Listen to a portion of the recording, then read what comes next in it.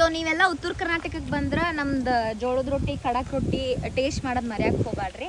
So ಇವತ್ತು ನಾವು ಅದೀವಿ ಪಟ್ಟದಕಲ್ಲೇನ್ರಿ ಇದು ಪಟ್ಟದಕಲ್ನಾಗ ಅದೀವಿ. ನಿಮ್ಮ ಹೆಸರು ರೀ ಅಕ್ಕಾರ? ರೇಣುಕಕ್ಕ ರೊಟ್ಟಿ ಮಾಡ್ಕೊಡ್ತಾರೆ ನಿಮ್ಗೆ. ಬಿಸಿ ಬಿಸಿ ರೊಟ್ಟಿ ಅದಾವ. ನಿನಗಾಯಿ ಪಲ್ಯ ಮಾಡ್ಯಾರ, ಕಾಳು ಪಲ್ಯ, ಪಚಡಿ ಎಲ್ಲ ಹಚ್ಚಾಕುತ್ತಾರ ನೋಡ್ರಿ.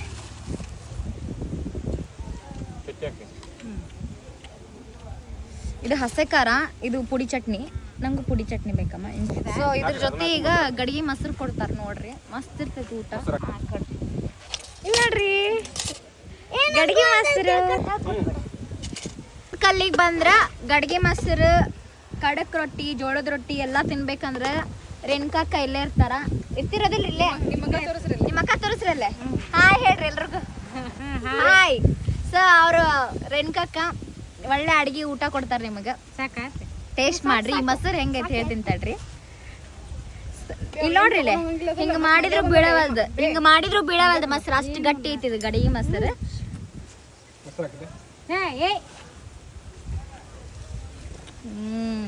ನೋಡಲ್ಲಿ ಹಿಂದೆ ನೋಡಲ್ಲಿ ಮಸ್ತ್ ಐತಿ ಮೊಸರು. ಹಿಂದ್ ಮಂಗೆ ಐತಿ, ಕಸ್ಕೊಂಡ್ರು ಗೊತ್ತಿಲ್ಲ.